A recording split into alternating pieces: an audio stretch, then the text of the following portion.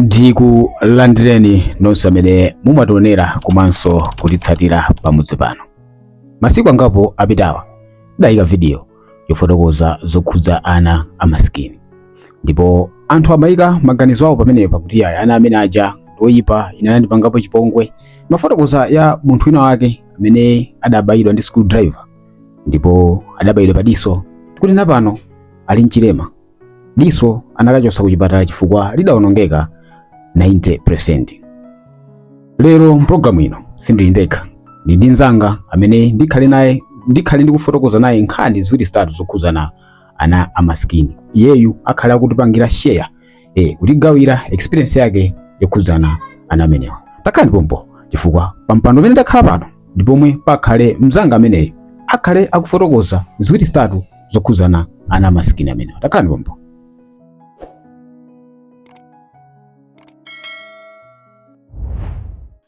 Ndapereka kale introduction kuti ndikhala ndi mnzanga mu studio muno amene ndikhale tukambira naye ziwiri zitatu. So asiye tisathe tunda komanso tisathe nthawi.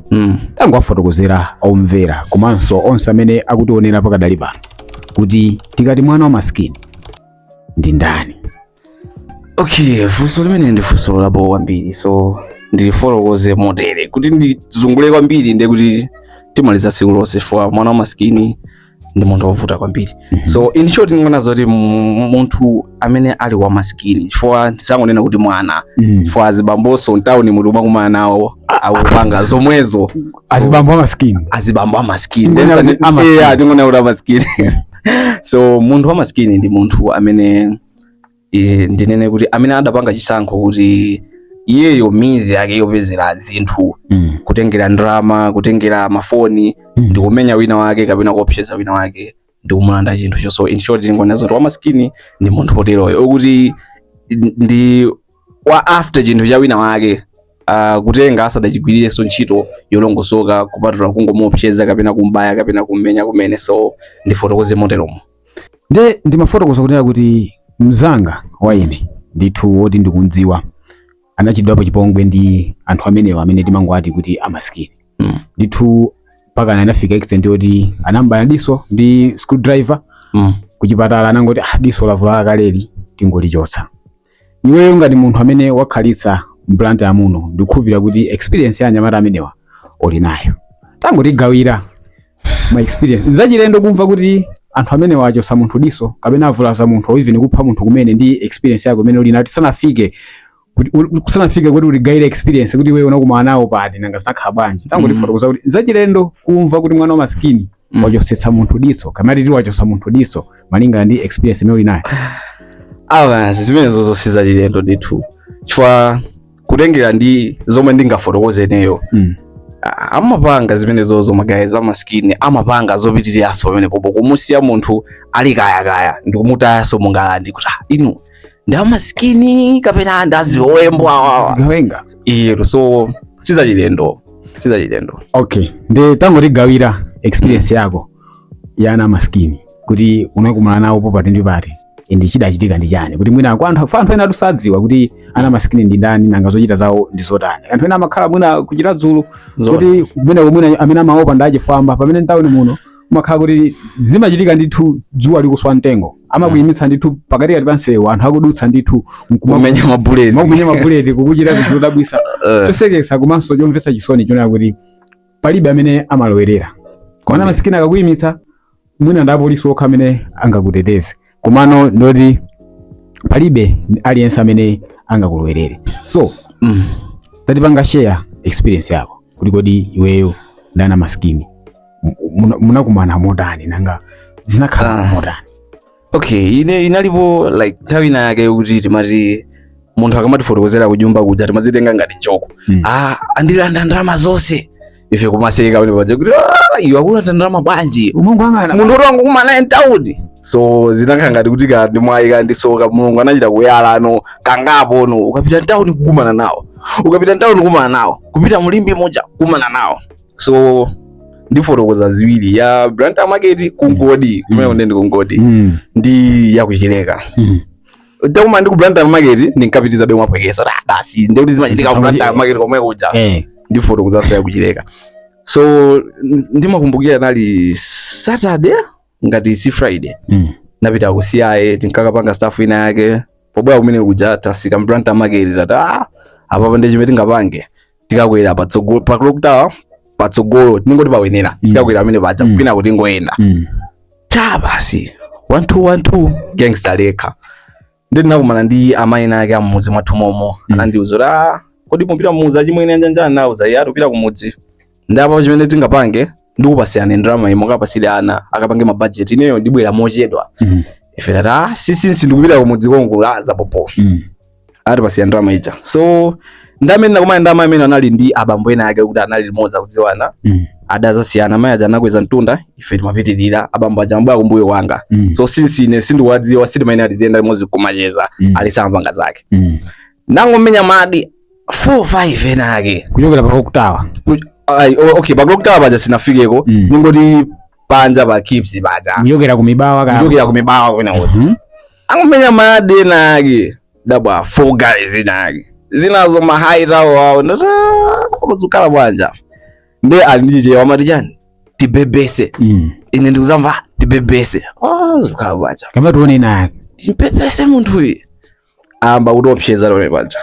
So kena keka nango menya no mutu pa kuti amaskini amane na janda sha mutu amba kuwira loje kuti ino mata sari menya makofi mistake mimi napanga ama mimi ndapasa ndrama ija kuti tikapase ana unyumba ndrama tinayika back pocket ta amaskini ajamba kupanga mavuvu ife ndagwira thumba kubweja ta kuti kuteteza amene kwa hint kuti dola ndrama kumbuye andizungulira andifinyira ane baja. So ndala amene andali ndamayo ja since ankabwa kumbuyo wanga adabwera pamalo baja inu tamusiyeni fana njani iye anamudinda anampasa makofi ndala amene ja ndiwona ndi pamene nadziwana kuti anyamata ajanda wawa kuti ndipangeje bwana ineso sandisiya bwino. So anango ndifinya amene baja kutenga ndrama titangusiyanaso pamene nazazindikira kuti transport ife just sort yapita nawo limodzi kuti wina anatenga zakusogolo wina zakumbuyo 4 guys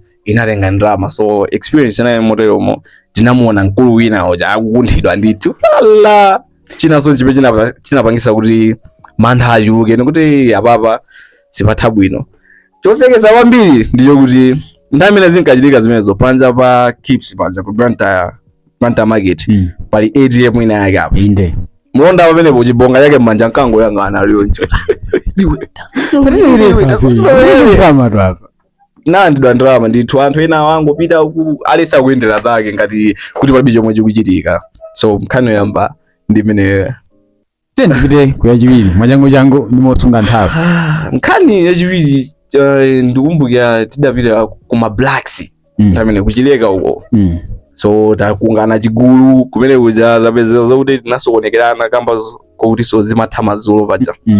So tasembana komabe alesana kuti ayi transport yake tinalipo almost 4 guys iso tatu choka pamene kuja tata tikwera mangoyenda ari kuchoka kuchileka kuja magali modalo dusa auza za okaoka pakakhala chitruck anthu angukwera mbiri kuti asinda kuyenda nawo ate ntiziyenda tikumandina yake nango choka kumene kuja tayamba nonse oti tikubwerayo ku Ndilande kumayenda kuti mwafika kale pa roundabout nde amene onoru adachita nokutulukirano mbali tu ngati kuti zikaweka tatala apa zikukhala bwanji wedi yake tibebeseno tibebesane mazulo tawi zino ta magazi tu tonse pane maja mantha si masaji so ang'ono yani magazi majanti apa sigwira tinango tsonganiza ndalama tatu tonse chifukwa nthawi imenenso adali akupanga ofa mafoni kuti abweresani mafoni ngati ubindira manjenja tatayi foni isapite ipite yazabwina transport iyo analanda transport yonse ndiye kumbuyo kwatuzoona kubaya azimayi that azimayi awo awalanga talandayilanda ife ma transport yonse tate basa papa tiziguba tinangoyamba kuyenda azimayi kumbuyo kuja simenana kuwira mashamata ino ndisitingabwererese vyo apapanga ma transport naenda basi sikumene kuchoka kuchileka kuja kufika ku Ndilande wapasi mano ungopulumikiraso kuti nalipono kagulu ngati timadusana ndi zigawengazo zimangopasa kuti alipo anthu anda akuluakulu koma ena ake kumbuyo atatolonjera kale amasikini okhaokha. Tikuteretu nonse amene mukutimvera pakadali pano kuti nkhani yake ndiyokhudzana ana amasikini simachitika ndithu mu mzinda wa Blantyre. Mulimbi mmene mujaso simalo mosewera kuti basi wangoti veyaveya ponya madi yako odabwisa mmene muja ndithu umatha kulowa ndi foni yako ndalama yako nthumba nkumatuluka mikono manja ali mutu atakuonetsa. So amene wani ma experience awiri atatu amene akhala kuchitika. Inenso zinandionekerapo anandipanikiza pena pake anandilanda ndalama nali nayo mwayi amataka kulandalanda ina kama zabwera ngati afuna kubakire chonchi. Basi msiye ndika basi pike pita analandana ndalama. Style yawe, style. Phone sana nditengere. Nangopereka beka ndalamazo basi nakana basi atenga kale phone yenye chance. So amene aja ndoti alibe formula, alibe zoti uchite bwanji. Komano kwa amene muna kutionera kukumana nawo kumafunika ukhale ndi ndalama yapadera kusintha-sintha. Katwanzi ukaike thumba lina yake ndalama ina yake oneka kuti ya serious uyike so pakatali akangoti bebe so mangorusa ndi twanzi amakhala kuti mwathana koma kwamachita ngati makani chonchi ndi mpena maturusa ano ma screwdriver aja katiyani ndipo alibe thukulo alibe nazo ntchito mwazizwa. So timangofuna kuti ndi nzanga pamenepa tichite ngati tikugawana experience. Timabwera ndi maprogramu osiyana-siyana pamudzi pano ndi tapangani subscribe chifukwa muzikhala mmodzi mwa anthu opeza nkhani ngati zimenezi. Asi mawu ako omaliza kungomba nkota pa nkhani imene tikukambirana mtsiku la lero kuti ungakulangiza kaya kukamba chiliyonse chakukhosi tisanatseke nkhani imeneyi kuti zana maskini whatsoever. Mawu anga omaliza akhale kuti magayizi awa amaskiniwa samapanganika guys. Alibe kuti iwe ndi dolo motani kaya umatani ndi mpaketi kapita ma stadium muja timatha kuona artist ningokumbusapo ya Zeze Kingston anamenya munthu mbama. Ena zamakhala straight ndi omwewa basi sentiso anamenyaso munthu mbama. Ena wasamakhala anthu straight ndi amaskini omwewa. So tikapita so ngati mashow aku Blantyre ku Robins Park panja pachamakhala angotutana.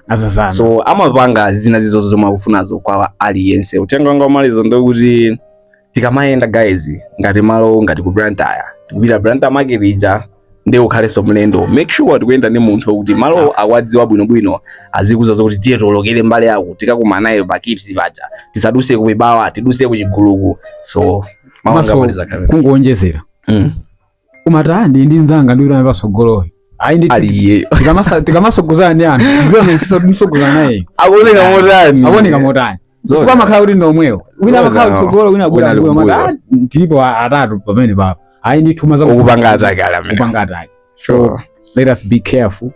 Anthu amene wa formula alibe anthu avulala ena anaphedwa apo kumene ena alandidwa ndalama zipongwe zosiyana-siyana zimachitidwa ndi anyamata amenewa. So it is what it is, you know the story, you know the vibe. Don't forget to subscribe, like, comment, komanso share chifukwa pamudzi pano timabwera ndi thumba mtolo wa nkhani zosiyana-siyana. Until that next time ndingoti mwakumana nonse zikomo. Peace out.